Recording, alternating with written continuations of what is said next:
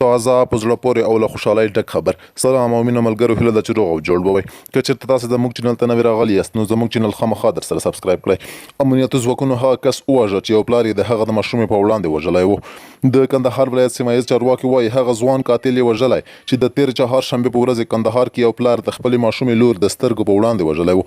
د کندهار ولایت مقام نه په یوه خپره شوې خبرپاڼه کې یک تلویزیون ته ویل شوي دي چې د ملي امنیت ځانګړو ځواکونو تېره شپه د کندهار ښار په 4مه، 9مه او 12مه ناحیه کې چاڼیز عملیات ترسره کړي چې په ترڅ کې یو غلچاکي بریدګر وژل شوی او 15 تنه نور برید کوونکي ژوندي نیول شوي دي. په اعلامیه کې راغلي چې د 9مې ناحیې د عملیاتو په جریان کې د ملي امنیت ځانګړو ځواکونو د غلچاکي بریدګر د نیولو پر مهال د مقاومت سره مخامخ شو چې په نتیجه کې غلچاکي بریدګر په مقابلو ډزو کې ووژل شو.